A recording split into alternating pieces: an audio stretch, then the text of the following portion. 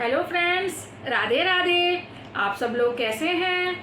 आपका बहुत बहुत धन्यवाद। आप मेरी भागवत जी को इतना लाइक कर रहे हैं। आपसे अनुरोध है, अगर आपको मेरी भागवत जी पढ़ना अच्छा लग रहा है, कृपया करके चैनल को सब्सक्राइब करिए, वीडियो को लाइक करिए, एक छोटा सा कमेंट राधे राधे का करना ना भूलिएगा। राधे राधे। आज हम शुरू कर रहे हैं उग्रसेन को मथुरा के राज्य का अर्पण। कंस का वध होने पर श्री कृष्ण के हाथों में मथुरा का राज्य आ गया, किंतु उन्हें तो कोई आसक्ति थी ही नहीं, सो उन्होंने राज्य उग्रसेन को सौंप दिया। वाणी और बर्तन एक हुए बिना वाणी शक्तिशाली नहीं हो पाती। ज्ञान को क्रियात्मक स्वरूप देना है। बंगले में रहकर विलासी जीवन जीने वाला व्यक्ति वेदांत की चर्चा किस अधिकार से कर सकता है? अधिक पढ़ने की अपेक्षा अधिक जीवन में सिद्धांत को उतारने की आवश्यकता अधिक है। श्री कृष्ण ने अपने उपदेश जीवन में उतारा भी था। उन्होंने गीता में निष्काम कर्म का उपदेश दिया है, तो उन्होंने मथुरा का राज्य उग्रसेन को देकर आदर्श को चरितार्थ भी कर दिखाया है। युद्ध भूमि में कृष्ण ने अर्जुन को अनासक्ति का उपदेश दिया था। वह अनासक्ति जीवन की परिपूर्णता के लिए आवश्यक है और संसार के लिए बाधक नहीं है। संसार नहीं, उसकी आसक्ति बाधक है। लोगों ने श्री कृष्ण से मथुरा का राज्य स्वीकार करने का आग्रह किया, तो उन्होंने कहा, मैंने राज्य के लोभ से नहीं, किंतु लोगों की पीड़ा दूर करने के लिए कंस का वध किया है। कंस के पिता उग्रसेन को ही राजा बनाना होगा। मैं तो आप सबका सेवक हूँ।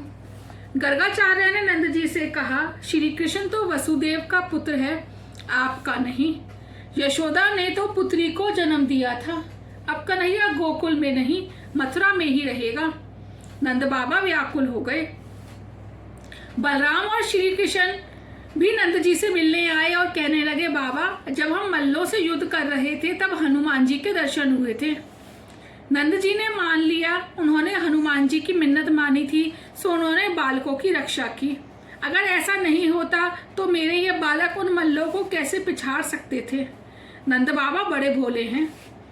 श्री कृष्ण नंद जी से कहने लगे, लोग चाहे जो कहें, हम तो आपके ही हैं। आप मेरे पिता हैं। मैंने कंस का वध किया है, सो जरासंध, दंतवक्र आदि राजा मेरे शत्रु हो गए हैं। यदि मैं गोकुल जाऊंगा तो वह सब वहां मुझसे लड़ने के लिए आएंगे और सभी गोकुल वासियों को भी सताएंगे। सो मैं कुछ समय के लिए यहीं रहकर उन राजाओं का पराभव करके गोकुल में आऊंगा। आपके आशीर्वाद से सब कुछ ठीक हो जाएगा। मैं यहाँ का अपना काम पूरा करके आपके पास चला आऊंगा। आप गोकुल पधारें और मेरी माता, सखियों और गायों की देखभाल करें। मेरी माता से कहना, कन्हैया अवश्य लौटेगा। प्रेम में आग्रह हो सकता है, दुराग्रह नहीं। नंद बाबा कहने लगे, बेटा, मैं दुराग्रह तो कैसे करूं? मैंने तेरी नहीं, तेरे सुख की ही कामना की है। हमने अपने सुख के लिए नहीं, तेरे सुख के लिए ही प्रेम किया है। मैं नारायण से हमेशा प्रार्थना करता रहूंगा कि वह तुझे सुखी रखे। कभी ब्रज में अवश्य आना। कन्हैया, हाँ हाँ, मैं अपना काम पूरा करके अवश्य लौटूंगा। मेरी माता से भी यही कहना, मेरी गायों की देखभाल करना।